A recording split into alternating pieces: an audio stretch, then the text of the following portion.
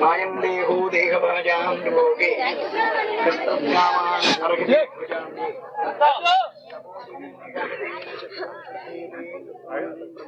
ಇತ್ಯಾದಿಗಳಲ್ಲಿ ಈ ಮಾನವ ಶರೀರ ಬಂದಿರುವುದು ಕೇವಲ ವೈಷಯಿಕ ಭೋಗಾನುಭವಕ್ಕೆಂದಲ್ಲ.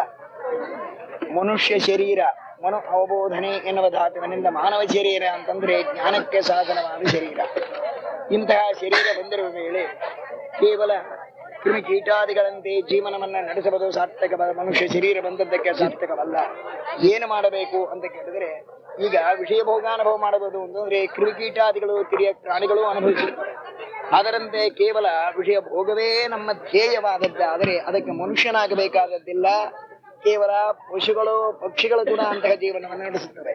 ಅದಕ್ಕಿಂತಲೂ ವಿಲಕ್ಷಣವಾಗಿ ಕೇವಲ ಬ್ರಹ್ಮಾವಬೋಧ ದಿಶಣಂ ಉದಮಾಪದೇವ ಇತ್ಯಾದಿಗಳಲ್ಲಿ ಪರಬ್ರಹ್ಮನನ್ನ ತಿಳಿಯುವುದಕ್ಕೆ ಯೋಗ್ಯತೆ ಸಂಪಾದನೆ ಮಾಡಿಕೊಂಡು ನಾವು ತಿಳಿದರೆ ಮಾತ್ರ ಮಾನವ ಶರೀರ ಹೊಂದುವುದಕ್ಕೆ ಸಾರ್ಥಕವಾಗುತ್ತದೆ. ಆದ್ದರಿಂದಲೇ ತಪೋ ದಿವ್ಯಂ ಜರ್ಹತ ಇತ್ಯಾದಿಗಳಿಂದ ತಪಸ್ಸನ್ನು ಮಾಡಬೇಕು. ತಪಸ್ಸು ಅಂದರೆ ಪೃಥ್ವಿರಾಜ ಚಾಂದ್ರಾಯಣ ಏಕೋದಶ ಉಪೋಷಣಾದಿಗಳು ಒಂದು. ಅದಕ್ಕಿಂತಲೂ ಶ್ರೇಷ್ಠ ತಪಸ್ಸು ಅಂತಂದ್ರೆ ತದ್ಧಿತಪಃ ತಿದ್ಧಿತಪಃ ಇತ್ಯಾದಿಗಳಲ್ಲಿ ಪರಬ್ರಹ್ಮ ಜ್ಞಾನವನ್ನು ಸಂಪಾದನೆ ಮಾಡುವುದು. ಪರಮಾತ್ಮನ ತತ್ವಜ್ಞಾನವನ್ನ ಸಂಪಾದನೆ ಮಾಡಿದರೆ ನಾವು ಮಾನವ ಶರೀರ ಹೊಂದುವುದಕ್ಕೆ ಸಾರ್ಥಕ. ಅದು ಸಿಗಬೇಕು ಅಂತಂದರೆ ಕೇವಲ ಹಾಗೆ ಬರುವುದಿಲ್ಲ, ಗುರುವನುಗ್ರಹದಿಂದ. ಗುರುಗಳು ಅಂದರೆ ಯಾರು? ಸ್ವಯಂ ಅಜ್ಞಾನಾದಿಗಳಿಂದ ಶೂನ್ಯರಾಗಿ ಸಂಶಯ ಜ್ಞಾನ ವಿಪರ್ಯ ಜ್ಞಾನ ಇವಳಿಗಿಂದ ರಹಿತರಾಗಿ ಇತರಿಯವರೆಗೆ ಅದನ್ನು ಸ್ಪಷ್ಟವಾಗಿ ತಿಳಿಸುವವರೆಗೆ ಗುರುಗಳು. ಅಂತಹ ಗುರು ದ್ವಾರ ಅನುಗ್ರಹವಾಗಬೇಕಾಗಿರುವುದರಿಂದ ಪರಮಾತ್ಮನ ತತ್ವಜ್ಞಾನವನ್ನು ಹೊಂದಿದರೇನೇ ಮಾನವ ಶರೀರವನ್ನು ಹೊಂದದಕ್ಕೆ ಸಾರ್ಥಕವಾಗಿರುವುದರಿಂದ ತತ್ವಜ್ಞಾನವನ್ನು ಹೊಂದಬೇಕು ಅಂದರೆ ತತ್ವಜ್ಞಾಚಾರ್ಯರನ್ನ ಶರಣ ಹೊಂದಬೇಕು. ತತ್ವಜ್ಞೋ ವೈಷ್ಣವಾಚಾರ್ಯ ಇತ್ಯಾದಿಗಳಲ್ಲಿ ಸಾಕ್ಷಾತ್ ಶ್ರೀಮದಾಚಾರ್ಯರು. ಅವರ ತತ್ವವನ್ನ ಕಡೆಗೆ ಹಾಕಿದವರು ಅಂತಂದ್ರೆ ಆಚಾರ್ಯ ವಾಕ್ಯಗಳು ಬಹು ಭಾವಗಂಭೀರ ವಾಕ್ಯ. ಅದು ಎಲ್ಲರಿಗೂ ತಿಳಿಯಲು ಸಾಧ್ಯವಾದಲ್ಲ. ಅದನ್ನ ಕಡೆಗೆ ಹಾಕಿದವರು ಅಂತಂದ್ರೆ ಸಾಕ್ಷಾತ್ ಶ್ರೀ ಟೀಕಾಕೃತ್ಪಾದರವರು. ಆ ಟೀಕಾ ಗಾಂಭೀರ್ಯ ಮುದ್ದರ್ಥಂ ವ್ಯಾಸತೀರ್ಥಾದಯ ಕ್ಷಮಾಹ ಅಂತ ಹೇಳಿ ದೊಡ್ಡವರು ಹೇಳ್ತಾ ಇದ್ದಾರೆ. ಟೀಕಾದಲ್ಲಿರುವ ಗಾಂಭೀರ್ಯ ಅವರ ಸಿದ್ಧಾಂತ ಶ್ರೀಮದ್ ಆಚಾರ್ಯ ಸಿದ್ಧಾಂತ ಏನು ಅಂತೇಳಿ ತಿಳಿಸಿಕೊಡುವುದಕ್ಕೆ ವ್ಯಾಸತೀರ್ಥಾದಯ ಕ್ಷಮಾಹ ಇತ್ಯಾದಿಗಳಿಂದ. ವ್ಯಾಸತೀರ್ಥರು ಅಂದರೆ ಶ್ರೀಮತ್ ಚಂದ್ರಿಕಾರಾಯರು, ಪರಮ ಪೂಜ್ಯರಾಗಿರುವಂತಹ ವ್ಯಾಸರಾಜ ತೀರ್ಥ ಶ್ರೀಪಾದಂಗಳವರು. ಅವರಿಂದಲೇ ತಿಳಿಯಲು ಸಾಧ್ಯ ಅಂತ ಹೇಳಿ ಪ್ರತಿಯೊಬ್ಬರೂ ಒಡಂಬಟ್ಟರ ವಿಚಾರ. ಅಂದ ಮೇಲೆ ನಾವು ಮಾನವ ಶರೀರವನ್ನು ಹೊಂದಿರುವಾಗ ಅದನ್ನ ಸಾರ್ಥಕಗೊಳಿಸಬೇಕು ಅಂದರೆ ಶ್ರೀಮದ್ ಆಚಾರ್ಯ ಶಾಸ್ತ್ರವನ್ನು ತತ್ವಜ್ಞಾನವನ್ನು ಸಂಪಾದಿಸಬೇಕು. ಅದು ತಿಳಿಯಬೇಕು ಅಂದರೆ ಟೀಕಾಕೃತ್ಪಾದರವರ ಗ್ರಂಥಗಳನ್ನ ನಾವು ವ್ಯಾಸಂಗ ಮಾಡಬೇಕು. ಅದು ತಿಳಿಯಬೇಕು ಅಂದರೆ ಚಂದ್ರಿಕಾಚಾರ್ಯರು, ಪರಿಮಳಾಚಾರ್ಯರು, ಪೂಜ್ಯ ಶ್ರೀಪಾದಗಳ ಹೇಳಂತೆ ರಘುಕುಮಾರ ಶ್ರೀಪಾದಗಳವರು ಇವರೇ ಮುಂತಾದಂತಹ ಜ್ಞಾನಿಗಳಿಂದ ನಾವು ಅದನ್ನು ತಿಳಿಯಲು ಸಾಧ್ಯವಾಗುತ್ತಾಗಿದೆ. ಅದರ ಪೈಕಿ ದ್ವೈತ ಪ್ರಚಾರವನ್ನ ಮಾಡಿ ಆಶೇತ ಹಿಮಾಚಲ ಪರ್ಯಂತರವಾಗುವ ಸಂಚಾರ ಮಾಡಿ ದ್ವೈತ ದುಂದುವೆಯನ್ನು ಮೊಳಗಿಸಿ ಪರಮಾದಿಗಳನ್ನು ನಿಗ್ರಹ ಮಾಡಿದವು ಅಂದರೆ ಪರಮ ಪೂಜ್ಯರಾಗಿರುವ ಶ್ರೀ ಚಂದ್ರಿಕಾಚಾರ್ಯರು. ಅವರ ಪೀಠದಲ್ಲಿರುವ ರಾಜಮಾನರಾದ ಶ್ರೀಪಾದಂಗಳವರು ನಮ್ಮ ಪ್ರಾರ್ಥನಾನುಸಾರವಾಗಿ ಇಲ್ಲಿ ದಿಗ್ವಿಜಯ ಮಾಡಿ ಬಂದು ಇಲ್ಲಿ ಉಪದೇಶ ಮಾಡ್ತಾ ಇದ್ದಾರಲ್ಲ. ಬ್ರಹ್ಮಜ್ಞಾನ ಬೇಕು ಅಂತಂದ್ರೆ ಬ್ರಹ್ಮ ಅಂದ್ರೆ ಯಾರು ಅಂದ್ರೆ ಚತುರ್ಮುಖ ಬ್ರಹ್ಮ ಅಂತ ಈಗೆಲ್ಲ ತೋರ್ತದೆ. ಬ್ರಹ್ಮ ಅಂದ್ರೆ ಶತಾನಂದ ಅಂತ ಇದೆಲ್ಲ ಉಂಟು. ಆನಂದ ಸ್ವರೂಪನಾದವನೇ ಬ್ರಹ್ಮ. ಅವನನ್ನ ನಾವು ತಿಳಿಯಬೇಕು ಅಂದ್ರೆ ಆನಂದಮಯ ಯಾರು ಅಂತ ವಿಚಾರ ಮಾಡಿದ್ರೆ ತದ್ವೈತ್ವಂ ಪ್ರಾಣೋಭವ ಮಹಾನ್ ಭೋಗ ಪ್ರಜಾಪತಿ ಇತ್ಯಾದಿಗಳಲ್ಲಿ ಪ್ರಾಣ ಆನಂದಮಯ ಅಂತ ಗೊತ್ತಾಗ್ತದೆ. ಅವನಿಗೆ ಪುಚ್ಛ ಬ್ರಹ್ಮ ಅಂತ ಆಗ್ತದೆ, ಅಂದ್ರೆ ಅವಯವ ಅಂತ ಹೇಳಿ. ಅವಯವನ್ನ ನಾವು ತಿಳಿಯಬೇಕು ಅಂತೇನು, ಅವಯವನ್ನೇ ತಿಳಿಯಬೇಕು ಅಂತ ಹೇಳಿ ಶಾಸ್ತ್ರಗಳು ಹೇಳ್ತಾವೆ ಅಂತಂದ್ರೆ ಅದಕ್ಕೆ ಹೇಳ್ತಾರೆ ಪ್ರಾಣ ಶಬ್ದ ವಾಚ್ಯನಾದವನು ಯಾರು? ವಿಷ್ಣುನೇ ಅಂತಂದ್ರೆ ಓಂ ಅತಯೇವ ಪ್ರಾಣ. ಅಲ್ಲಿ ಲಿಂಗಗಳ ಕಂಡು ಬರುವುದು ವಿಷ್ಣುಲಿಂಗವೇ. ಆದ್ದರಿಂದ ಪ್ರಾಣ ಅವನು ಆನಂದ ಸ್ವರೂಪ. ಆ ಪ್ರಾಣ ಅಂದ್ರೆ ಯಾರು? ಈ ಮುಖ್ಯ ಪ್ರಾಣ ಅಂತ ಅರ್ಥವಲ್ಲ, ವಾಯುದೇವರು ಅಂತ ಅರ್ಥವಲ್ಲ. ಆನಂದ ಸ್ವರೂಪನಾದ್ರು ಅಂದ್ರೆ ಸಾಕ್ಷಾತ್ ಪರಮಾತ್ಮನೇ. ತದ್ವೈತ್ವಂ ಪ್ರಾಣೋಭವ ಮಹಾನ್ ಭೋಗ ಪ್ರಜಾಪತಿ ಇತ್ಯಾದಿಗಳಲ್ಲಿ ಪ್ರಾಣದೇವರಿಗೆ ಆನಂದ ಸ್ವರೂಪರು ಅಂತ ಹೇಳ್ತಾ ಅದಲ್ಲ. ಪ್ರಾಣ ಪ್ರಾಣ ಅಂತದಲ್ಲ ಅಂದ್ರೆ ಪ್ರಾಣ ಶಬ್ದವಾಚ್ಯನಾದವನು ಯಾರು? ವಿಷ್ಣುನೇ. ಅದ್ಯಾಕೆ ಅಂದ್ರೆ ಮುಂದೆ ಹೇಳ್ತಾ ಹೋದ್ರೆ ಈಗ ಲಿಂಗ ಯಾರ್ದು ಅಂತ ವಿಚಾರ ಮಾಡಿದ್ರೆ ಶ್ರೀ ಇಚ್ಛತೆ ಲಕ್ಷ್ಮೀ ಇಚ್ಛ ಪತ್ನ್ಯವು ಅಂತ ಹೇಳ್ತಾರೆ. ಪ್ರಾಣನಿಗೆ ಹೆಂಡರು ಶ್ರೀ ಮತ್ತು ಲಕ್ಷ್ಮೀ. ಶ್ರೀಪತಿ ಯಾರು? ಲಕ್ಷ್ಮೀಪತಿ ಯಾರು? ಸಾಕ್ಷಾತ್ ವಿಷ್ಣುವೇ. ಆತನೇ ಪ್ರಾಣ ಶಬ್ದ ವಾಚ್ಯ ಅಂದ್ರೆ ಉತ್ಕೃಷ್ಟ ಚೇಷ್ಟಕನಾದ್ದರಿಂದ ಸರ್ವರಲ್ಲಿಯೂ ನಿಂತು ಚೇಷ್ಟಕನಾದವನೆಂದ್ರೆ ಆತನೇ ಪ್ರಾಣ ಶಬ್ದ ವಾಚ್ಯ. ಆತನನ್ನೇ ಧ್ಯಾನ ಮಾಡಬೇಕು ಇತ್ಯಾದಿ ತತ್ವಗಳನ್ನು ಬೋಧನೆ ಮಾಡ್ತಾ ಇದ್ದಾರೆ. ತತ್ವಜ್ಞಾನ ಪ್ರಚಾರ ಮಾಡುವುದಕ್ಕೆಂದೇ ಅವತಾರ ಮಾಡಿದ ಚಂದ್ರಿಕಾಚಾರ್ಯ ಪ್ರಭೃತಿಗಳು. ಪ್ರತಿಯೊಬ್ಬನೂ ಮಾನವನಾಗಿರಬೇಕಾದ್ರೆ ನಮಗೆ ಆನಂದ ಬೇಕು ಅಂತ ಆಶಾ ಇರೋ ಪ್ರತಿಯೊಬ್ಬರಿಗೂ ಬೇಕು ಅಂತ. ಆನಂದ ಬೇಡ ಅಂತ ಯಾರಂತಾರೆ? ಎಲ್ಲರೂ ಕೇಳುವುದ ಆನಂದವನ್ನೇ, ದುಃಖ ಬೇಡ ಅಂತಂತಾರೆ. ಅಂತಹ ಆನಂದ ಸಿಗಬೇಕು ಅಂತಂದ್ರೆ ಆನಂದ ಸ್ವರೂಪನಾದ ಪರಮಾತ್ಮನ ಜ್ಞಾನದಿಂದ ನಾವು ಆ ಪರಮಾತ್ಮನ ಹೇಗೆ ಉಪಾಸನ ಮಾಡ್ತೇವೋ ಅಂತಹದ್ದೇ ಫಲ. ಪರಮಾತ್ಮನ ಆನಂದಮಯ ಅಂತ ಹೇಳಿ ಉಪಾಸನೆ ಮಾಡಿದರೆ ನಮಗೂ ಆನಂದವನ್ನು ಕೊಡುತ್ತಾನೆ ಇತ್ಯಾದಿ ಸಿದ್ಧಾಂತಗಳನ್ನ ಸಾಧನೆ ಮಾಡಿದಂತಹ ಮಹಾನುಭಾವರು ಚಂದ್ರಿಕಾಚಾರ್ಯರು, ಅವರ ಪೀಠದಲ್ಲಿ ರಾಜಮಾನರಾದ ಶ್ರೀಪಾದಂಗಳವರು ನಮ್ಮ ಪ್ರಾರ್ಥನಾನುಸಾರವಾಗಿ ಬಂದು ಈಗ ಇಲ್ಲಿ ತತ್ವಜ್ಞಾನ ಪ್ರಚಾರಾದಿಗಳನ್ನು ನಮಗೆ ಬರುವ ಅನಿಷ್ಟ ನಿವಾರಣೆಯಾಗಿ ಸಕಲ ಇಷ್ಟ ಸಿದ್ಧಿಯಾಗಲಿ ಅಂತ ಹೇಳಿ ಎಲ್ಲರಿಗೂ ಜ್ಞಾನ ಮಾರ್ಗವನ್ನು ಬೋಧನೆ ಮಾಡುವುದಕ್ಕೆಂದೇ ಬಂದು ಪೂಜ್ಯ ಪೀಠದಲ್ಲಿ ವಿರಾಜಮಾನರಾಗ್ಯಾರೆ. ಅವರು ಈಗ 2 ಹಿತೋಪದೇಶಗಳು ನಮಗೆ ಒಳ್ಳೆ ತತ್ವಜ್ಞಾನಾದಿಗಳನ್ನ ನಮ್ಮ ಜೀವನ ಹೇಗೆ ಸಾಗಬೇಕು ಎನ್ನುವುದನ್ನೆಲ್ಲ ಬೋಧನೆ ಮಾಡುತ್ತಾರೆ. ಅವರ ಉಪದೇಶವನ್ನು ಹೊಂದಿ ಕೃತಾರ್ಥರಾಗೋಣ ಅಂತ ಹೇಳಿ ಪ್ರಾರ್ಥನೆ ಮಾಡುತ್ತಾ ಈ 1-2 ಮಾತುಗಳನ್ನು ನಾವು ಸಂಭಾಷಣೆ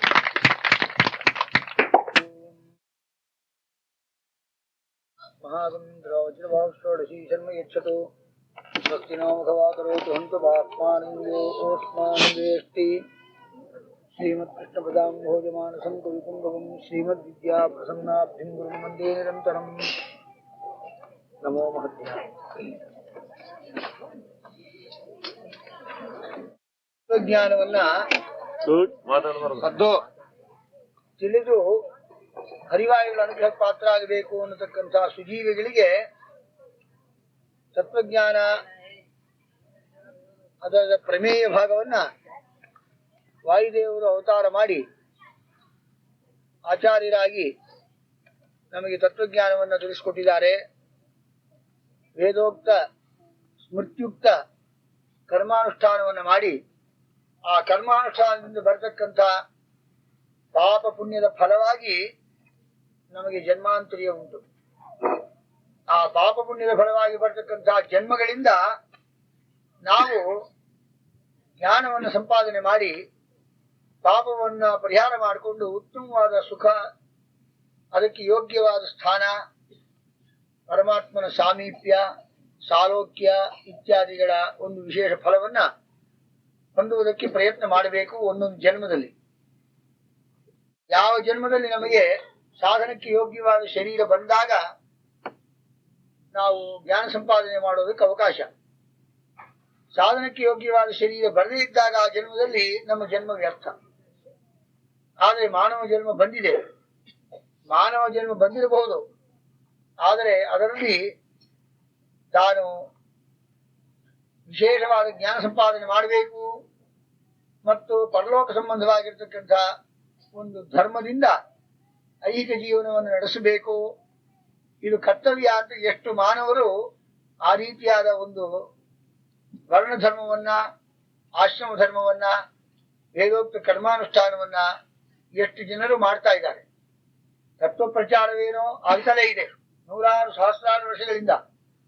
ಆದ್ರೆ ಆ ತತ್ವ ಪ್ರಚಾರದಲ್ಲಿ ಪ್ರವಚನ ಮಾಡುವಾಗ ಶ್ರವಣ ಮಾಡಿರ್ತಕ್ಕಂಥ ಅಧಿಕಾರಿಗಳು ಒಂದೊಂದು ಕಲ್ಪದಲ್ಲೂ ಕೂಡ ಪರಮಾತ್ಮನ ಅನುಗ್ರಹ ವಿಶೇಷವಿದ್ದರೆ ಸಾಧ್ಯವಿದೆ ಹೊರತಾಗಿ ಅನುಗ್ರಹ ವಿಶೇಷವಿಲ್ಲದೆ ಹೋದ್ರೆ ಕೇವಲ ನಮಗೆ ಭಾಷ್ಯಾಪರೋಕ್ಷವಾಯಿತು ಅಂದರೂ ಕೂಡ ನಮಗೆ ಸಾಧನ ಆಗೋದಿಲ್ಲ ಅನ್ನೋದಕ್ಕೆ ಇತಿಹಾಸವೇ ನಿದರ್ಶನವಾಗಿದೆ.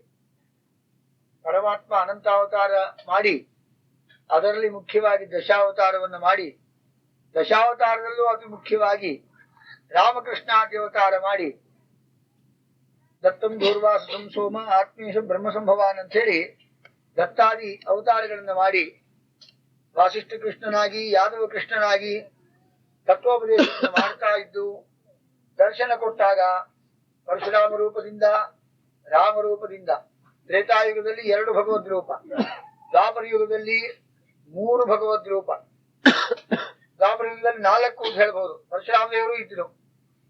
ಇಷ್ಟಾದರೂ ಕೂಡ ಆ ಪರಮಾತ್ಮದಲ್ಲಿ ಎಷ್ಟು ಜನ ಬಿಂಬಾಪರೋಕ್ಷವಾಗಿತ್ತಲ್ಲ, ಭಾಷ್ಯಾಪರೋಕ್ಷ ಆಗಿತ್ತು, ಬಿಂಬಾಪರೋಕ್ಷವಾಗಿಲ್ಲ.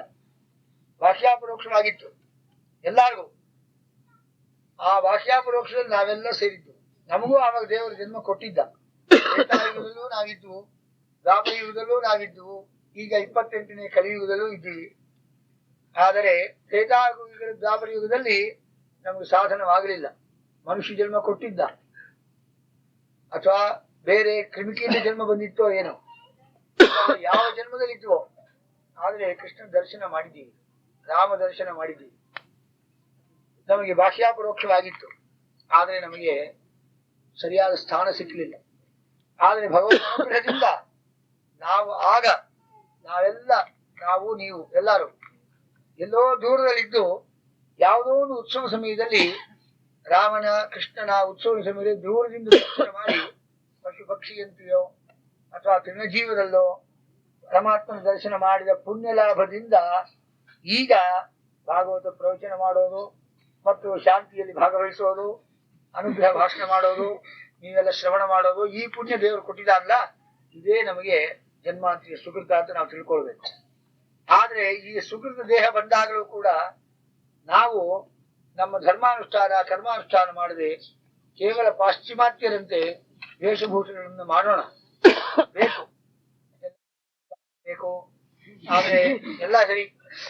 ಆದ್ರೆ ಸಂಧ್ಯಾದಿ ಕರ್ಮ ಮಾಡಿಬಿಟ್ಟು ನಮ್ಮ ದೀಕ್ಷಾ ಏನಿದೆ ದೊಡ್ಡದಾಗಿ ಅಂಗಾರಕ್ಷೆ ಹಾಕೋ, ಪ್ಯಾಂಟ್ ಹಾಕೋ, ಬೇಕಾದ ಹಿಪ್ಪಿ ಕಟ್ ಮಾಡ್ಕೋ, ಏನ್ ಬೇಕಾದ್ ಮಾಡ್ಕೋ, ಅಂಗಾರಕ್ಷೆ ಮುದ್ರೆ ಜೋರಾಗಿರ್ಲಿ, ಅದು ಬಿಡಬಾರ್ದು.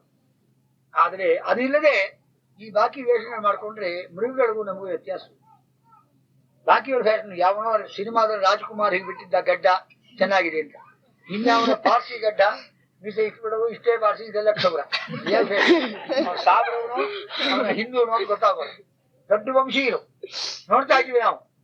ಇನ್ಯಾರು ಯಾಕೆ ಹೆಸರು ಹೇಳೋಣ, ದೊಡ್ಡ ಪಂಡಿತ ಆಸ್ಥಾನ ಪಂಡಿತ ಅಂತ ಬನ್ನಂಜೆ ಗೋವಿಂದಾಚಾರ್ಯ ಅಂತ ಬರ್ತಾನೆ. ಅವನ ಮುಖ ನೋಡಿದ್ರೆ ಅವನ ಪಾರ್ಸಿ ಅಂತ ಹೇಳಬೇಕು, ಹೊರತಾಗಿ ಬ್ರಾಹ್ಮಣ ಅಂತ ಪ್ರಮಾಣ ಮಾಡ್ಬೇಕು. ದೊಡ್ಡ ಪಂಡಿತ ರಿಸರ್ಚ್ ಮಾಡ್ತಾ ಇದ್ದಾನೆ. ಏನ್ ಹೌದು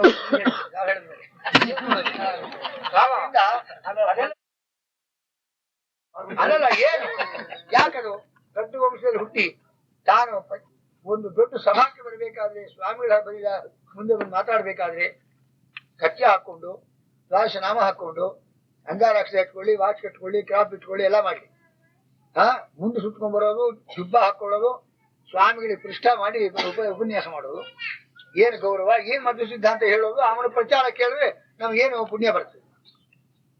ಯಾಕೆ ಹೇಳ್ತಾ ಇದ್ವಿ, ಆಕ್ಷೇಪ ಅಲ್ಲ ಇದು. ಇದು ಒಂದು ಅವನಿಗೆ ಒಂದು ಹಿತೋಕ್ತಿ ಕಳ್ತ್ಕೋಬೇಕು.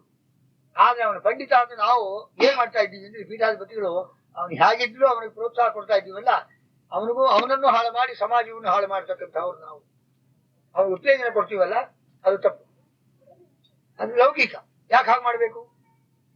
ಆದ್ರೆ ನಮ್ಮ ಧರ್ಮ, ನಮ್ಮ ಅನುಷ್ಠಾನವಾಗಿರ್ತಕ್ಕಂತಹ ಧರ್ಮ ಟ್ರೆಡಿಷನಲಿ ಪರಂಪರಾಗತವಾಗಿ ಬಂದಿರೋದು ಹೇಗಿದೆ ಅಂದ್ರೆ ಒಂದು ನಿಯಮಾಧ್ಯಯನ ಅಂತ. ಈಗ ಶ್ರಾವಣದಾಸರು ಬೇಕಾದ್ದು ಪ್ಯಾಂಟು ಕೋಟು ಹಾಕೊಂಡು, ಬೂಟ್ಸ್ ಹಾಕೊಂಡು, ಮುಂದೆ ಟೇಬಲ್ ಇಟ್ಕೊಂಡು ಕುರ್ಚಿ ಮೇಲೆ ಕೂತ್ಕೊಂಡು ಎಲ್ಲಾರ್ಗು ಚೇರ್ ಹಾಕಿ ಪ್ರವಚನ ಮಾಡಬಹುದು. ಆದ್ರೆ ಅದು ತಪ್ಪು, ಮಾಡಬಾರದು, ಸನ್ನಿಧಾನವಿಲ್ಲ, ಹಾಗೆ ಮಾಡಬಾರ್ದು ಅಂತ ಆಚಾರ್ಯರ ವಾಕ್ಯವೇ ಇದೆ. ಆದ್ರೆ ಅದಕ್ಕೊಂದು ನಿಯಮ ಇದೆ. ಆದ್ದರಿಂದ ಆ ನಿಯಮದಂತೆ ಮಾಡಿದ್ರೆ ನಿಯಮಾಧ್ಯಯನ ಅಂತ. ಎಲ್ಲ ವೇದ, ಅಪೌರುಷೇಯವಾದ ವೇದ, ಪೌರುಷೇಯವಾಗಿರ್ತಕ್ಕಂತಹ ಸ್ಮೃತಿಗಳು, ಅದನ್ನ ನಾವೆಷ್ಟು ನಿಯಮದಿಂದ ನಾವು ಅದನ್ನ ಪ್ರವಚನ ಮಾಡ್ಲಿ, ಶ್ರವಣ ಮಾಡ್ಲಿ, ಅದಕ್ಕೆ ಫಲ ಜಾಸ್ತಿ. ಆದ್ರಿಂದ ಆ ನಿಯಮವನ್ನು ಅನುಷ್ಠಾನ ಮಾಡ್ಕೊಂಡು ಬಂದಿರ್ತಕ್ಕಂಥವ್ರು ಆಚಾರ್ಯರು, ಜೈತೀರ್ಥರು, ಹಾಗೆ ಚಂದ್ರಿಕಾಚಾರ್ಯರು, ಸಾಕ್ಷಾತ್ ನಮ್ಮ ಗುರುಗಳವರೆಗೂ ಕೂಡ ರಾಯರು, ಇವರಲ್ಲಿ ನಿಯಮಾಧ್ಯಯನ. ಅವರು ಸ್ವಲ್ಪ ಲೌಕಿಕ ಕಾಂಪ್ರಮೈಸಿಂಗ್ ತತ್ವ ಅಂತ ಹೇಳಿ ಅವರು ಪ್ರಚಾರ ಮಾಡೋಕೆ ಶುರು ಮಾಡಿದ್ರೆ ಇನ್ಯಾವ ಮತವೂ ಉಳಿತಾ ಇರಲಿಲ್ಲ. ಆದ್ರೆ ಅವರು ಕಟ್ಟುನಿಟ್ಟಾಗಿ ತಮ್ಮ ಸಮಾಜದ ಒಂದು ನಿಯಮವನ್ನ ಪಾಲನೆ ಮಾಡಿಕೊಂಡು ಉಳಿಸ್ಕೊಂಡ್ಬಂದ್ರು. ಅವರಲ್ಲಿ ಶಾಪಾನುಗ್ರಹ ಶಕ್ತಿ ಇತ್ತು. ಈಗ ನಮ್ಮಲ್ಲಿ ಅದಿಲ್ಲ. ಯಾಕಿಲ್ಲ? ನಮ್ಮ ನಿಯಮ ಇಲ್ಲ, ದುಷ್ಟ ಸಂಪರ್ಕ. ಇದರಿಂದ ಏನಾಗಿದೆ, ನಾವು ಎಷ್ಟೇ ತಪಸ್ಸು ಮಾಡಬಹುದು, ಎಷ್ಟೇ ಅನುಷ್ಠಾನ ಮಾಡಬಹುದು, ನಮ್ಮಲ್ಲಿ ನಿಯಮ ಇಲ್ಲದೆ ಹೋದ್ರೆ ಆ ನಿಯಮಕ್ಕೆ ತಕ್ಕಂತೆ ನಮಗೆ ಅನುಷ್ಠಾನಕ್ಕೂ ನಮ್ಮ ಇದಕ್ಕೂ ವಿಶೇಷ ಫಲ ಇಲ್ಲಿ ಹೋದ್ರೆ ಇದೆಲ್ಲ ಹೊರಟೋಗುತ್ತೆ. ಆದ್ರಿಂದ ನಿಯಮ ಅನ್ನೋದು ಒಂದು ಅನೂಚಾನವಾಗಿರ್ತಕ್ಕಂಥ ಒಂದು ಮನೆತನದ ನಿಯಮ ಮತ್ತು ಒಂದು ವಂಶದ ನಿಯಮ, ಋಷಿಕುಲ ಅಂತ ಹೇಳ್ತೀವಿ ನಾವು. ಹಾಗೆ ನಮ್ಮ ಆಚಾರ, ಇದೆಲ್ಲ ನಾವು ಕಾಪಾಡ್ಕೊಂಡು ಬಂದಷ್ಟು ಕೂಡ ನಾವು ಆಮೇಲೆ ಎಷ್ಟು ತತ್ವಜ್ಞಾನ ಪ್ರಚಾರ ಮಾಡಲಿ, ಎಷ್ಟು ಹೇಳಿ, ಅದಕ್ಕೊಂದು ವಿಶೇಷವಾದ ತೇಜಸ್ಸು, ಒಂದು ಸನ್ನಿಧಾನ, ಆಚಾರ ಅನುಗ್ರಹ ಸಾಧ್ಯ. ಆದ್ದರಿಂದ ಅದನ್ನು ನಾವು ಪಾಲನೆ ಮಾಡಬೇಕು. ಹಾಗೆ ಆ ಪರಂಪರಾಗತದಲ್ಲಿ ಪರಮಾತ್ಮ ಜೀವಗಳನ್ನು ಸೃಷ್ಟಿ ಮಾಡಿ, ಸೃಷ್ಟಿಯಿಂದ ದೇಹಾಂತರ ಸೃಷ್ಟಿ, ಜೀವ ಸೃಷ್ಟಿಯಿಂದ ಬೇರೆ ಇಲ್ಲ, ಬೇರೆ ಬೇರೆ ಅವರ ಪಾಪ ಪುಣ್ಯದ ಫಲವಾಗಿ ದೇಹಗಳನ್ನು ಕೊಟ್ಟು ಆ ದೇಹದಿಂದ ಸಾಧನ ಮಾಡಿಸಿ ಮುದವಾಪ ದೇವ ಅವ್ರು ಹೇಳಲ್ಲ, ಯಾಕೆಂದ್ರೆ ಮೊದಲು ಏನ್ ಮಾಡ್ದ, ಮೊದಲು ಸಂತೋಷವಾಗಲಿಲ್ಲವಂತೆ. ಕ್ರಿಮಿಕೀಟಾದಿಗಳು, ಪಶು ಪಕ್ಷಿಗಳು, ವೃಕ್ಷಗಳು, ಇಂತಹ ಜೀವರಾಶಿಗಳನ್ನೆಲ್ಲ ಸೃಷ್ಟಿ ಮಾಡಿದ್ರೆ ಸಾಧನವಾಗಲಿಲ್ಲ, ಜ್ಞಾನ ಪ್ರಚಾರವಾಗಲಿಲ್ಲ, ಏನಿಲ್ಲ, ಅದಕ್ಕೆ ರಿಯಾಕ್ಷನ್ ಇಲ್ಲ. ಆಗ ಬ್ರಹ್ಮದೇವರು ಯೋಚನೆ ಮಾಡಿ, ಏನಪ್ಪಾ ಇಂತಹ ಸೃಷ್ಟಿ ಮಾಡಿದ್ನಲ್ಲ ನಾನು, ನನ್ನ ಸೃಷ್ಟಿ ಕಾರ್ಯವಲ್ಲೇ ವ್ಯರ್ಥವಾಯಿತು. ಆಗ ಪರಮಾತ್ಮನ ಪ್ರಾರ್ಥನೆ ಮಾಡಿದಾಗ ಒಂದು ಮೆಟೀರಿಯಲ್ ಅಪ್ಪ, ಯಾವುದು 5 ಮೆಟೀರಿಯಲ್ ಕೊಟ್ಟ. ಪೃಥ್ವಿ, ಅಪ್ಪು, ತೇಜಸ್ಸು, ವಾಯು, ಆಕಾಶ. ನೋಡಪ್ಪ, ಇದರಿಂದ ಒಂದು ಮಾನವ ದೇಹ ಅಂತ ಮಾಡು, ಅದ್ರ ಜೀವರಾಶಿಗಳನ್ನ ನಾನು ಹೇಳ್ತೇನೆ, ಅವರಿಗೆಲ್ಲ ಸೃಷ್ಟಿ ಮಾಡು. ಅವರು ಸಂತೋಷವಾಗಿ ಯಜ್ಞಾದಿಗಳನ್ನು ಮಾಡ್ತಾರೆ, ತಪಸ್ಸು ಮಾಡ್ತಾರೆ, ಪುರಾಣ ಹೇಳ್ತಾರೆ, ಸಂಧ್ಯಾವಂದನೆ ಮಾಡ್ತಾರೆ, ಏಕಾದಶಿ ಉಪವಾಸ ಮಾಡ್ತಾರೆ. ಆಗ ನಿಮ್ಗೆ ಸಂತೋಷವಾಗುತ್ತೆ ಅಂತ ಹೇಳಿ ಪರಮಾತ್ಮನ ಅನುಗ್ರಹ ವಿಶೇಷದಿಂದ ಈ ಮಾನವ ಸೃಷ್ಟಿಯನ್ನು ಮಾಡಿದಾಗ, ಆಗ ಬಹಳ ಹಿಂದೆ 27, 26, 25ನೇ ಕೃತಿ ತ್ರೇತಾ ದ್ವಾಪರ ಯುಗದಲ್ಲಿ, 28ನೇ ಕೃತಿ ತ್ರೇತಾಯುಗ, 28ನೇ ದ್ವಾಪರ ಯುಗದಲ್ಲೂ ಸಂಕಟವಾಯಿತು ಬ್ರಹ್ಮದೇವರು. ಯಾಕೆ ರಾವಣಾದಿಗಳು ಹುಟ್ಟಿ ಬೇಕಾದ್ದು ಮಾಡಿ ವಿಶ್ವಾಮಿತ್ರ ಯಜ್ಞವನ್ನೇ ನಾಶ ಮಾಡೋಕ್ ಬಂದ್ರು. ಇದೆಲ್ಲ ನೋಡಿ, ಅಯ್ಯೋ ಈ ಮನುಷ್ಯ ಸೃಷ್ಟಿ ನಾ ಮಾಡಬಾರ್ದಾಗಿತ್ತು, ಮಾಡಿ ತಪ್ಪಾಯ್ತು ಅಂತ ಬ್ರಹ್ಮದೇವರಿಗೆ ಯೋಚನೆ ಮಾಡ್ತಾ ಇದ್ದಾರೆ. ಯಾಕೆ ಅಂದ್ರೆ ವಿಚಿತ್ರ ಬುದ್ಧಿ, ಹೋಗ್ತಿ ನಿಂತಾರೆ, ಎಲ್ಲ ಮಾಡ್ತಾ ಇದ್ದಾರೆ. ಏನ್ ಮಾಡ್ತಾರೋ, ಏನಾಗುತ್ತೋ, ಪ್ರಪಂಚ ನಾಶವಾಗುತ್ತೋ, ಏನ್ ಸಮಾಚಾರ, ಇವ್ರಿಗೆ ಅಧಿಕಾರ ಕೊಟ್ಟಿದ್ದಕ್ಕೆ ಏನಪ್ಪಾ ಇದು ಅಂತ ಹೇಳಿ ಬಹಳ ಯೋಚನೆ ಮಾಡ್ತಾ ಇದ್ದಾರೆ. ಆದ್ರೂ ಕೂಡ ಈಗ ಅನೂಚಾನವಾಗಿರ್ತಕ್ಕಂತಹ ವೇದದಲ್ಲಿ ಉಪದಿಷ್ಟವಾಗಿರ್ತಕ್ಕಂತಹ ಒಂದು ಧರ್ಮ ಯಾರು ಅನುಷ್ಠಾನ ಮಾಡ್ತಾರೋ ಅಲ್ಲಿ ಶ್ರೀ ಹರಿಯ ವಿಶೇಷ ಸನ್ನಿಧಾನ, ಮತ್ತು ಹರಿಯ ಸನ್ನಿಧಾನ ಇರೋ ಕಡೆ ವಾಯುದೇವ ಸನ್ನಿಧಾನ ಇರಲೇಬೇಕು. ಹಾಗೆ ಜೀವಗಳಾಗಿರ್ತಕ್ಕಂತಹ ಈ 3 ಜನಗಳ ಸನ್ನಿಧಾನ ಎಲ್ಲಿರುತ್ತೆ ಅಲ್ಲಿ ಅಜ್ಞಾನ, ಕಲಿಪ್ರವೇಶ ಇತ್ಯಾದಿಗಳಿಲ್ಲ. ಆದ್ರಿಂದ ಬ್ರಹ್ಮ ಸರಸ್ವತಿ, ವಾಯು ಭಾರತಿ, ಯಾವ ನಮ್ಮ ಲಕ್ಷ್ಮೀದೇವಿ. ಆದ್ರಿಂದ ಲಕ್ಷ್ಮೀದೇವಿ ಇವರು 3 ಜನ ಇದ್ಮೇಲೆ ನಾರಾಯಣ ಇದ್ದೇ ಇರ್ತಾನೆ. ಅಂತ ಸನ್ನಿಧಾನ ಎಲ್ಲಿ ಅನುಚಾನವಾಗಿರ್ತಕ್ಕಂಥ ಆಚಾರ್ಯ ಶಾಸ್ತ್ರವೇ ಮೋಕ್ಷ ಶಾಸ್ತ್ರ ಅಂತ ಹೇಳ್ತಾರೆ. ಆದ್ರಿಂದ ಆಚಾರ್ಯ ಶಾಸ್ತ್ರವನ್ನು ಪ್ರವಚನ ಮಾಡ್ತಾ ಇದ್ರೆ ಶನಕಾದಿಗಳು ಹೇಳ್ತಾರೆ, ಮೋಕ್ಷದಲ್ಲಿ ಏನು ಸುಖವಾಗುತ್ತೋ ಆ ಸುಖವಾಗುತ್ತೆ ಅಂತ ಹೇಳಿ ಮೋಕ್ಷದ ಒಂದು ವರ್ಣನೆಯನ್ನು ಮಾಡಿ ಕೊನೆಯವರೆಗೆ ಮಹಾನಂದ ತೀರ್ಥಸ್ಯೇ ಭಾಷ್ಯಭಾವಂ ಮನೋವಾಗ್ಧಿ ಆವರ್ತಯಂತೆ ಸ್ವಶಕ್ತಿಯ ಸುರಾಧ್ಯ ನರಾಂತಹ ಮುಕುಂದ ಪ್ರಸಾದಾತ್ ಇಮಂ ಕ್ಷಣಿತೆ ಭಜಂತೆ ಸದೇತಿ ಅಂತ ಒಂದು ಸನಕಾದಿಗಳು ಶೇಷದೇವರಿಗೆ ಹೇಳಿದ ಒಂದು ಅರ್ಥವನ್ನ ಆಚಾರ್ಯರು, ಪಂಡಿತಾಚಾರ್ಯರು ತಿಳಿಸಿದ್ದಾರೆ. ಆದ್ರಿಂದ ಇಂಥ ಒಂದು ಶಾಸ್ತ್ರ ನಮಗೆ ಕೊಟ್ಟು, ಆ ಶಾಸ್ತ್ರವನ್ನು ಮನನ ಮಾಡುವ ಶಕ್ತಿ ಕೊಟ್ಟು, ಒಳ್ಳೆ ಜನ್ಮ ಕೊಟ್ಟು, ನಮ್ಮನ್ನೆಲ್ಲ ಮಾಧೂರು ಅಂತ ಹೇಳಿ ದಾಸನಾಮ ಹಾಕಪ್ಪ, ಹಾಕೋ ನಿಯಮ ಹೀಗಿದೆ, ಮುದ್ರೆ ಹಾಕು, ನಾಮ ಇನ್ನೊಬ್ರಿಗೆ ಹಾಕಬೇಡ, ನೀನ್ ಹಾಕೋ, ಇದೆಲ್ಲ ಉಪದೇಶ ಮಾಡಿ ನಾವು ಮಾಡದೆ ಹೋದ್ರೆ ನಮ್ಮಂತ ಒಂದು ಅಜ್ಞಾನಿಗಳು ಮತ್ತು ನಮಗೆ ಆತ್ಮದ್ರೋಹ, ನಮ್ಮನ್ನೇ ನಾವು ನಾಶ ಮಾಡ್ಕೊತಾ ಇದ್ದೀವಿ. ಇನ್ನೊಂದು ಸಮಾಜ ಉದ್ಧಾರವನ್ನು ಬೇಡ, ನಮ್ಮ ಸಮಾಜವನ್ನು ನಾಶ ಮಾಡೋ ಜೊತೆಗೆ ನಮ್ಮನ್ನೇ ನಾವು ನಾಶ ಮಾಡ್ಕೊತಾ ಇದ್ದೀವಿ, ಆತ್ಮನಾಶ. ಆದ್ರಿಂದ ಇದಕ್ಕೆ ಅವಕಾಶವಿಲ್ಲದೆ ಈ ಪ್ರವಚನದ ಫಲ ಏನು ಅಂದ್ರೆ ಮನೆಗೂ ಕೂಡ ಹರಿಪೂಜೆ, ಹರಿ ಕಥಾಶ್ರವಣ ಮತ್ತು ಅವರೆಲ್ಲ ಸದಾಚಾರ ಸಂಪನ್ನರಾಗಿದ್ದೇ ಆದ್ರೆ ಆಗ ಈ ನಮಗೆ ಭೂತ ಸರ್ಕದಲ್ಲಿ ಹೊಸ ರೀತಿ ನೀತಿ ಕಲ್ಪನೆಯು ಘಾತಕ ಅದು ನಮಗೆ. ಅದರಿಂದ ನಮಗೇನು ಪ್ರಯೋಜನವಿಲ್ಲ. ಈ ಲೋಕಹಿತ ಅಂತ ಹೇಳ್ತಾ ಇದ್ದಾರೆ, ಲೋಕಹಿತವಲ್ಲ ಇದು, ಲೋಕ ಘಾತಕ. ಆದ್ರೂ ಕೂಡ ನಾವೇನ್ ಮಾಡ್ಬೇಕು, ಜಾತಿ ಬೇಡ, ಕುಲ ಬೇಡ, ಸ್ವಾಮಿಗಳು ಬೇಡ, ಗುರು ಬೇಡ ಅಂತ ಇದ್ದಾರೆ. ಅಂದ್ರೂ ಕೂಡ ಗುರು ಇಲ್ಲೇ ಇಲ್ಲೇ ಎಲ್ಲರಿಗೂ ಒಬ್ಬ ಗುರು ಇದ್ದೇ ಇದ್ದಾನೆ. ಆದ್ರಿಂದ ನಮ್ಮಲ್ಲಿ ಅನುಚಾನವಾಗಿರ್ತಕ್ಕಂತಹ ಗುರುಗಳ, ಅವ್ರು ಹೇಳೋದಲ್ಲ, ಗುರುಗಳು ಹೇಗಿರ್ಬೇಕು, ಮೊದಲು ಅವನನ್ನು ತಿಳ್ಕೊಂಡು, ತನ್ನನ್ನು ತಿಳ್ಕೊಂಡು, ತನ್ನ ಕರ್ತವ್ಯ ಏನು ಅಂತ ಮಾಡ್ತಾ ಇದ್ರೆ ಅಂತಹ ಗುರುಗಳು ತನ್ನ ಅಜ್ಞಾನವನ್ನು ಪರಿಹಾರ ಮಾಡಿಕೊಳ್ಳೋ ಜೊತೆಗೆ ಜನತೆಯ ಅಜ್ಞಾನವನ್ನು ಪರಿಹಾರ ಮಾಡತಕ್ಕಂತಹ ಶಕ್ತಿ ವಾಯುದೇವರ ಅನುಗ್ರಹದಿಂದ ಬರುತ್ತೆ. ಅಂತಹ ಗುರುಪೀಠಗಳು, ಪರಂಪರೆಯಲ್ಲಿ ಬಂದಿರತಕ್ಕಂತಹ ಮಾಧ್ವ ಪೀಠಗಳಲ್ಲಿ ಎಷ್ಟು ಸನ್ಯಾಸಿಗಳಿದ್ದಾರೆ, ಎಷ್ಟು ತಪಸ್ಸುಗಳಿದ್ದಾರೆ, ಅವರಲ್ಲೆಲ್ಲ ಸೋತ್ತಮರಲ್ಲಿ ನಾವು ಭಕ್ತಿ ಮಾಡಲೇಬೇಕು, ಅದು ಕರ್ತವ್ಯ. ಅದರಲ್ಲಿ ಯಾವ ವಿಧವಾದ ನಮಗೆ ಔದಾಸೀನ್ಯ ಭಾವವಾಗಲಿ ಮಾಡಿದ್ರೆ ಸ್ವೋತ್ತಮ ಅಪರಾಧವಾಗುತ್ತೆ. ಅದಕ್ಕೆ ಸ್ವಾಮಿ ತಾವು ಸಂತೋಷ ಪಡಬೇಕು, ನಮ್ಮಲ್ಲಿ ಅನುಗ್ರಹ ಮಾಡಬೇಕು, ತಾವು ಹಾಗೆ ಅಂತ ಕೇಳಬೇಕಾಗಿ ಇಲ್ಲ. ಸತಾಂಕತ್ವಾತು ಸಂತೋಷಂ ಆಶಿಷೋ ನೈವ ಯಾಚಿಗೆ. ನೀವು ಹೇಗಿದ್ದೀರಿ, ನಿಮ್ಮ ನಡವಳಿಕೆ ಹೇಗಿದೆ ಅನ್ನೋದು ಗೊತ್ತಾಗ ಹೋದ್ರೆ ಆ ಗುರುಗಳಿಗೆ, ಆವಾಗ ತಾನೇ ಅವರು ಕೃಪಾದೃಷ್ಟಿಯಿಂದ ನಿಮ್ಗೆ ಎಲ್ಲಾ ಫಲವೂ ಸಿಗ್ತಾರೆ. ಅದೇ ಸತಾಂಕತ್ವಾತು ಸಂತಾಪಂ ಶಾಪಂ ದೇಹೀತಿ ನೋವದೇಕ, ಅದು ಇದೆ ಆಲ್ಟರ್ನೇಟಿವ್. ಏನಪ್ಪಾ ಅಂದ್ರೆ ನೋಡಿಪ್ಪ, ಏನಾದ್ರು ತೊಂದರೆ ಮಾಡೋದು, ನೋಡಿ ಇವ್ರು ಹೋಗ್ಬೇಡಿ, ಅವ್ರು ಹೋಗ್ಬೇಡಿ, ತೀರ್ಥ ತಗೋಬೇಡಿ, ಮಂತ್ರಾಕ್ಷ ತಗೋಬೇಡಿ, ಬಹಿಷ್ಕಾರ ಆಗ್ತೀನಿ ಹಾಗೆ ಅಂತ ಹೇಳಿ ಹೀಗೆ ಶುರು ಮಾಡಿ ಗುರುಗಳು ಹೇಳಿದ್ದಾರೆ ಅಂತ ಬಿಟ್ರೆ, ಗುರುಗಳಿಗೆ ಗೊತ್ತಾದ್ರೆ ಸಂತಾಪ ಆದ್ರೆ ಶಾಪ ಕೊಡಿ ಅಂತ ನೀವು ಕೇಳಬೇಕಾಗಿ, ಅದಕ್ಕೆ ಫಲವೂ ಸಿದ್ಧ. ಆದ್ರಿಂದ ಎಚ್ಚರಿಕೆಯಿಂದಿರಬೇಕು ಪ್ರತಿಯೊಬ್ಬರು ಕೂಡ. ಅದಕ್ಕೆ ಮಾತ್ರ ಅವಕಾಶ ಕೊಡಬಾರ್ದು. ನಿಮ್ ಕರ್ತವ್ಯ ನೀವು ಮಾಡಿ.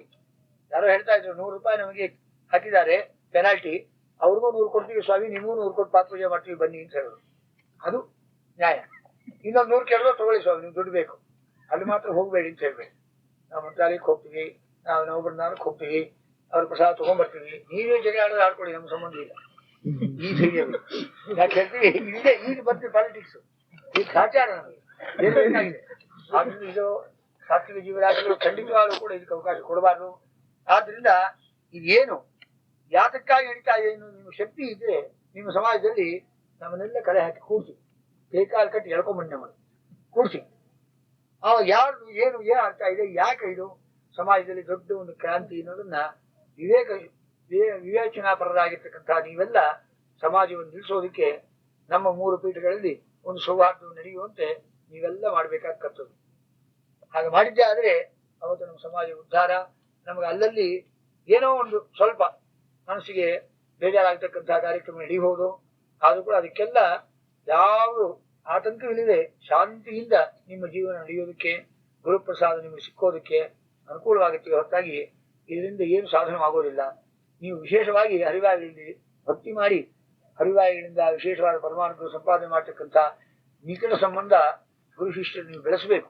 ಆಯಾ ಮಠದವರು ಆಯಾ ಶಿಷ್ಯರು ಬೆಳೆಸಿದ್ದೇ ಆದರೆ ಆಗ ನಮ್ಮ ಸಮಾಜ ಉದ್ಧಾರವಾಗುತ್ತೆ, ನಮ್ಮ ಸಮಾಜದಿಂದ ಲೋಕ ಕಲ್ಯಾಣವಾಗುತ್ತೆ. ಲೋಕ ಕಲ್ಯಾಣಕ್ಕಾಗಿ ಇರ್ತಕ್ಕಂಥ ಮಾತೃ ಸಮಾಜ. ಇನ್ಯಾವ ಸಮಾಜವು ಲೋಕ ಕಲ್ಯಾಣ ಅಂದ್ರೆ ಅದೆಲ್ಲ ಮೋಸ. ಬೇಕಾದ್ರೆ ಓಪನ್ ಆಗಿ ಹೇಳ್ಬೋದು, ಹೇಳ್ತಾರೆ ನಾವೆಲ್ಲ ಉದ್ಧಾರ ಮಾಡ್ತೀವಿ, ಅದು ಮಾಡ್ತೀವಿ, ಇದು ಮಾಡಿ. 28 ಸಂಘ ಸಂಸ್ಥೆಗಳಿದೆ. ಏನು ಅವರಲ್ಲಿ ಪರಲೋಕ ಸಂಬಂಧವಾಗಿರ್ತಕ್ಕಂಥ ತತ್ವಗಳಿಲ್ಲ.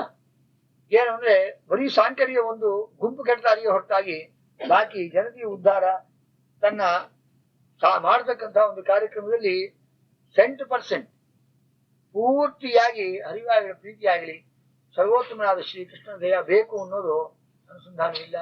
ದುಷ್ಟದೇವತಾ ಉಪಾಸನೆ ಮಾಡ್ತಾರೆ, ಪವಾಡ ಪುರುಷರು ತೋರಿಸ್ತಾರೆ, ಏನೋ ಮಾಡ್ತಾರೆ ತಾತ್ಕಾಲಿಕವಾಗಿ. ಪ್ರಪಂಚದಲ್ಲಿ ಇವತ್ತು ಜನತೆಯ ದುಃಖಕ್ಕೆ ಪರಿಣಾಮವಾಗ್ತಾ ಇದೆ ಹೊರತಾಗಿ ಶಾಂತಿಯ ಸುಖಕ್ಕೆ ಏನು ಪರಿಣಾಮ ಆಗ್ತಾ ಇದೆ. ಏನೋ ಶಾಂತಿ ಆಯ್ತು ಅಂತ ತಿಳ್ಕೊಳ್ಬೇಕು. ಆದ್ರೆ ಶಾಂತಿ ಸಿಕ್ಕಬೇಕಾದ್ರೆ ಸರಿಯಾದ ನಿಕಟ ಸಂಬಂಧ ಇಟ್ಕೊಂಡು ಸಮಾಜದವರು, ರಾಜಕೀಯದವರು ಇಂತಹ ಧರ್ಮಪೀಠಗಳಲ್ಲಿ ನಿಷ್ಕಪಟವಾಗಿ ನಿರ್ವ್ಯಾಜವಾಗಿ ಮಾತಾಡ್ತಕ್ಕಂಥ ಒಬ್ಬ ಧರ್ಮಾಭಿಮಾನಿ, ಧರ್ಮಪೀಠದ ಒಂದು ಜವಾಬ್ದಾರಿ ತಗೊಂಡು ಹಿತವಾಗಿರ್ತಕ್ಕಂಥ ಸಂಸ್ಥಾನವನ್ನ ಹೊಂದಿರತಕ್ಕಂಥ ಪೀಠಾಧಿಪತಿ ಯಾವ ಕಾಂಪ್ರಮೈಸಿಂಗ್ ತತ್ವ ಹೇಳಿದೆ, ನಿಷ್ಕಪಟವಾದ ನಿರ್ವ್ಯಾಜವಾದ ಒಂದು ಧೈರ್ಯದಿಂದ ಸಮಾಜ ಉದ್ಧಾರಕ್ಕಾಗಿಯೇ ಪಣ ಕಟ್ಟಿ ನಿಲ್ತಕ್ಕಂಥ ಒಬ್ಬ ಸನ್ಯಾಸಿಗಳು ಈಗ ನಮ್ಮ ಸಮಾಜಕ್ಕೆ. ಆದ್ರೆ ಏನಾಗ್ತಾ ಇದೆ ಇದನ್ನ ಪರಿಣಾಮ ಇವತ್ತು ಮಾಡ್ತಾ ಇದ್ದಾರೆ, ಬೇಕಾದ್ದು ಮಾಡ್ತಾ ಇದ್ದಾರೆ ಅಂತ ಹೆಸರು. ಇದರಿಂದ ಏನು ಪರಿಣಾಮ ಆಗ್ತಾ ಇದೆ ಅನ್ನೋದು ನಿಮಗೆ ಗೊತ್ತಿದೆ. ನಾವು ಹೇಳ್ಬೇಕಾಗಿ ನಮಗ್ ಭಯ ಆಗ್ತಾ ಇದೆ. ಈ ಸಮಾಜದ ಇವತ್ತು ಬಹಳ ಮುಂದೆ ಬರ್ತಾ ಇರ್ತಕ್ಕಂತಹ ಕೆಲವು ಬ್ರಾಹ್ಮಣ ಸಮಾಜದ ಒಂದು ಏಕೈಕ ಮತದ ಒಂದು ಏನು ಸ್ಕೀಮ್ ನಡೀತಾ ಇದೆ, ಇದರಿಂದ ನಮ್ಮ ಮಾತೃ ಸಮಾಜಕ್ಕೆ, ನಮ್ಮ ಅನೂಚಾನವಾದ ತತ್ವಜ್ಞಾನಕ್ಕೆ ಏನಪ್ಪ ಲೋಪ ಬಂದು ಅನೂಚಾನವಾದಂತಹ ಪೀಠಗಳ ಗತಿ ಏನು, ನಮ್ಮ ಧರ್ಮದ ಗತಿ ಏನು, ಯಾವ ಧರ್ಮವೇ ಆಗಲಿ ಇದಕ್ಕೆ ಲೋಪ ಬರ್ತಾ ಇದೆಯಲ್ಲ ಅಂತ ಹೇಳಿ ಸಂಕಟವಾಗ್ತಾ ಇದೆಯಾ ಹೊರತಾಗಿ ನಮ್ಗೆ ಸಂತೋಷವಾಗ್ತಾ ಇದೆ. ಯಾಕೆ ಎಷ್ಟು ಕಳಕಳಿಯಿಂದ ಹೇಳ್ತಾ ಇದೀವಿ ಅಂದ್ರೆ, ನಿಮ್ಗೆ ಗೊತ್ತಿಲ್ಲದೆ ಇರೋ ವಿಷಯ ಯಾವುದು ನಾವು ಹೇಳ್ತಾ ಇಲ್ಲ. ನಾವ್ ಹೇಳೋದ್ರೆ ನಿಮ್ ಮನಸ್ಸು ಬೇಜಾರಾಗ್ಬೋದು, ಸ್ವಾಮಿ ಯಾಕಪ್ಪ ಹೀಗೆ ಮಾತಾಡ್ತಾರೆ ಏನು ಅಂತ. ಅಷ್ಟು ಸಂಕಟ ನಮಗಾಗ್ತಾ ಇದೆ. ಯಾಕೆ ಅಂದ್ರೆ ಇದನ್ನು ಪರಿಹಾರ ಮಾಡ್ತಕ್ಕಂಥವ್ರು ಮಾತೃ ಸಮಾಜದ ಯುವಕರು, ನಿಮ್ಮ ಜವಾಬ್ದಾರಿ. ಆದ್ರಿಂದ ಏನೋ ಸ್ವಾಮಿಗಳ ಆಜ್ಞೆ ಹೇಳಿ ಕೇಳ್ಬಿಡೋದು, ದೊಡ್ಡವರು 2 ಮಾತಾಡ್ತಾರೆ, ನಾವ್ ಯಾಕಪ್ಪ ಅವ್ರಿಗೆ ಯಾಕೆ ಸ್ವಾಮಿ ಹೀಗೆ ಮಾಡ್ತೀರಿ ಅಂತ ಕೇಳಬಾರ್ದು ಅಂತ ಅನ್ನೋದಿಲ್ಲ. ಕೇಳ್ಬೇಕು. ನೀವ್ ಹೇಳೋರಲ್ಲ ಇದ್ರಲ್ಲಿ ಏನ್ ತಪ್ಪಿದೆ, ಇದ್ರಲ್ಲಿ ಏನ್ ಅನುಕೂಲ ಇದೆ, ಅನಾನುಕೂಲ ಇದೆ, ಯಾಕೆ ಹೀಗೆ ಮಾಡ್ಬೇಕು, ಇದರಿಂದ ಪರಿಣಾಮ ಏನಾಗ್ತಾ ಇದೆ ಅನ್ನೋದು ಹೇಳಿದ್ರೆ ನಾವು ಬೇಕಾದ್ರೆ ಏನಾದ್ರು ನಮ್ಮಲ್ಲಿ ತಪ್ಪಿದ್ದು ತಿದ್ಕೋಣ. ಆದ್ರೆ ನಾವು ಗುರುಗಳು ದೊಡ್ಡ ಅಧಿಕಾರದಲ್ಲಿ ಇದ್ದೀವಿ ಅಂದ್ಬಿಟ್ಟು ನಾವು ಹೇಳಿದ ಹಾಗೆ ನೀವು ಕೇಳಬೇಕು ಅಂತ ಗಂಡಿ ಮಗನೇ ಹೇಳ್ತೀನಿ, ನೀವು ಕೇಳೋ ಬಾಕಿ ವಿಷಯ ನೀವು ಕೇಳಬೇಡ ಅನ್ನೋದು ಹೇಳ್ಬಾರ್ದು. ಹೇಳ್ಬೇಕು, ಸಮಾಧಾನವೇ ಹೇಳ್ಬೇಕು. ಆ ಸಮಾಧಾನ ಹೇಳೋವನೇ ಗುರು. ಆತ್ಮೋದ್ಧಾರವನ್ನು ಮಾಡಿ ಯಾವನ್ ಹೇಳ್ತಾನೋ ಅವನೇ ಸಮಾಜಕ್ಕೆ ಉತ್ತಮವಾದ ಗುರು. ಅಂತಹ ಸಮಾಜ ಆಗಬೇಕು, ಆ ಸಮಾಜವನ್ನು ಕಟ್ಟಬೇಕು. ಆ ಯುವಕರು ನೀವೆಲ್ಲ ಭದ್ರವಾಗಿ ಕೋಟೆ ಅಂತ ಇದ್ಕೊಂಡು ಅಂತಹ ಸಮಾಜದ ಮುಖಂಡರಾಗಿರ್ತಕ್ಕಂತಹ ಗುರುಪೀಠಗಳಿಗೆ ಸಂರಕ್ಷಣೆ ಮಾಡಬೇಕು. ಆ ಅನೂಚಾನವಾಗಿರುವ ಸಂಪ್ರದಾಯವನ್ನ ನೀವೆಲ್ಲ ಪ್ರೋತ್ಸಾಹ ಕೊಟ್ಟು ಪರಿಪಾಲನೆಗೆ ಪಾತ್ರರಾಗಬೇಕು ಅನ್ನೋದನ್ನು ಇಷ್ಟು ಹೇಳಿ ನಮ್ಮ ಇಲ್ಲಿ ನಡೀತಕ್ಕಂತಹ ಶಾಂತಿ ಮತ್ತು ನಮ್ಮ ದಾಸರಿಗೆ ಅವರಿಗೆ ವಿಶೇಷವಾದ ಶಕ್ತಿ ಮತ್ತು ಇನ್ನೂ ಐಹಿಕವಾದ ಸಂಪತ್ತು ದೇವರು ಕೊಡ್ತಾ ಇದ್ದಾನೆ, ಪಾರಿತ್ರಿಕ ಸಂಪತ್ತು. ಆದ್ರೆ ಈ ಶಾಂತಿಯಲ್ಲಿ ಅತಿ ಮುಖ್ಯವಾಗಿ ನಿಂತು ಓಡಾಡಿ ಮಾಡ್ತಕ್ಕಂತಹ ಒಬ್ಬ ವ್ಯಕ್ತಿ ಬಂದಿಲ್ವಲ್ಲ ಅಂತ ಪಾಪ ಅವ್ರ ಮಾತಾಶ್ರೀಯವರಿಗೆ ಮನಸ್ಸಿಗೆ ಬೇಜಾರಿದೆ. ಅವನಿಗೆ ಯೋಗ ಇಲ್ಲ, ಅವನಿಗೆ ಅದೃಷ್ಟು ಇಲ್ಲಿ ಹೊರತಾಗಿ ಮಾಡಿರ್ತಕ್ಕಂಥ ಚಿರಂಜೀವಿಗಳೇ ಎಲ್ಲ ವಿಶೇಷವಾದ ಸೇವೆ ಮಾಡ್ತಾ ಇದ್ದಾರೆ ಅಂತ ತಿಳಿದು ಆದ್ರಿಂದ ಅವನ ವಿಷಯದಲ್ಲಿ ಆದಷ್ಟು ಔದಾಸೀನ್ಯ ಮಾಡಿ ಪಥಸೇವೆಯೇ ಮುಖ್ಯವಾಗಿ ಇಂತಿದ್ದು ಈ ಶಾಂತಿಯಲ್ಲಿ ಆ ವಿಷಯವನ್ನು ಮತ್ತು ಸಂತೋಷದ ಚಿತ್ತದಿಂದ ಅವರು ನಾಳೆ ನಡೆಯತಕ್ಕಂತಹ ಅಮೃತ ಸ್ನಾನದಲ್ಲಿ ಅವರು ವಿಶೇಷವಾಗಿ ಮಂಗಳ ಸ್ನಾನವನ್ನು ಮಾಡಿ ಅವರ ಮಂಗಳ ಸೂತ್ರ ಧಾರಣ ಇತ್ಯಾದಿಗಳು ಪರಮ ಶ್ರೇಯಸ್ಸಾಗಿ ಅವರು ಆಜನ್ಮ ಪರ್ಯಂತರ ಕೊನೆಯವರೆಗೂ ಸುಮಂಗಲಿಯಾಗಿದ್ದು ಕುಟುಂಬ ಸಂರಕ್ಷಣೆ ಮಾಡಿಕೊಂಡು ಆ ಚಿರಂಜೀವಿ ಹುಡುಗರಿಗೆ ವಿವೇಕವನ್ನು ಹೇಳ್ತಾ ಅವರು ಸುಭದ್ರವಾಗಿ ಪತಿ ಸೇವೆ ಮಾಡಿಕೊಂಡು ದಂಪತಿಗಳು ಚಿರಸ್ಥಾಯಿಯಾಗಿರಲಿ, ಪೂರ್ಣ ಆಯುಸ್ಸನ್ನು ಕೊಟ್ಟು ಹರಿವಾಳ ಅನುಗ್ರಹಿಸಲಿ ಅಂತ ಹೇಳಿ ಉಪಾಸನೆ ಪ್ರಾರ್ಥಿಸಿ ನಾವು ನಾರಾಯಣ